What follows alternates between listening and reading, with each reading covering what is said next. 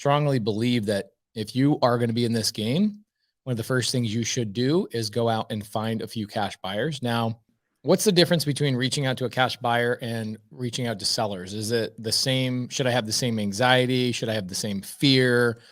Should I overthink it and come up with like a really perfect script when I talk to cash buyers, or like, what's that process look like? I mean, I think it's a lot easier to have the conversation with cash buyers. They're a customer that you're going to go and find a product to serve to that customer. You're a value add. I know for me, and I know for you as well, when we have conversations with people that could potentially bring us deals, that's exciting. I mean, that's literally something that I look forward to, is legitimate wholesalers to bring us legitimate deals. There are going to be some people that can be buttholes, but generally cash buyers are excited to talk to people that could bring them a deal. Yeah, I don't know why I have to, keep hitting on that point, but it does seem like people really need that education that cash buyers genuinely are excited to talk to you. So what are cash buyers doing, Cody? What are like a couple of strategies that they're potentially doing, utilizing, et cetera? Like, what is the profile of a cash buyer typically? Generally, cash buyers are going to be doing one of a couple things. They're probably going to be looking at it, a deal to buy it to do as a fix and flip. They may be looking at that deal to do as maybe a long-term hold, and then also for, some of those buyers that may be, buying it cash to fix it up and then turn it into an Airbnb. I mean, those are generally like the most common things that these buyers are going to be looking to purchase the property from you for. Primal Eskimo says, in my experience, real cash buyers don't like acquisitions. They need you. In fact, it was really funny. Like today in our mastermind, there was a handful of our mastermind students that are like, man, through this mastermind, I realized I actually am not a wholesaler. I don't like doing acquisitions. I actually am a cash buyer, but like all the stuff I watched on YouTube and all the things I read in books and seminars, like taught me that I need to be also a wholesaler.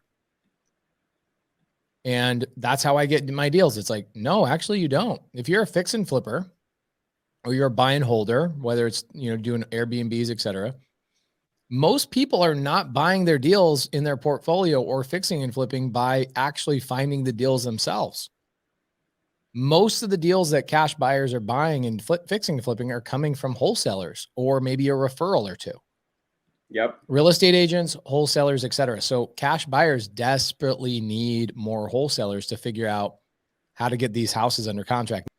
Oh, Eduardo says, do the cash buyers always have to be from my market? Cody, what are your thoughts on that?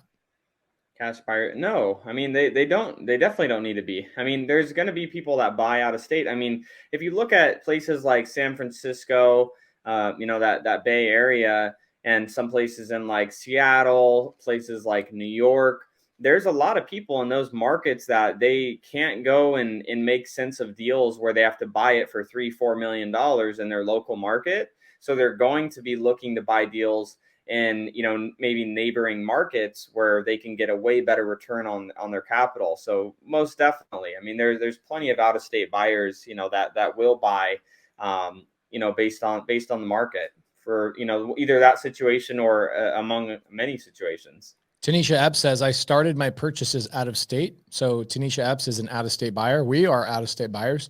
I think Cody and I are buying in 19 different markets with Creative Finance. So yes, we absolutely will buy outside of the state. What do you do when a cash buyer you've never done a deal with circumvents you with the seller? How do you approach them? Well, first and foremost, Mike, real cash buyers don't circumvent you to the seller. It doesn't happen. That's called a wholesaler. That's not a cash buyer. That's a wholesaler. Cash buyers don't go around you to the seller because they're not trained on what to even say to a seller to negotiate. It doesn't happen.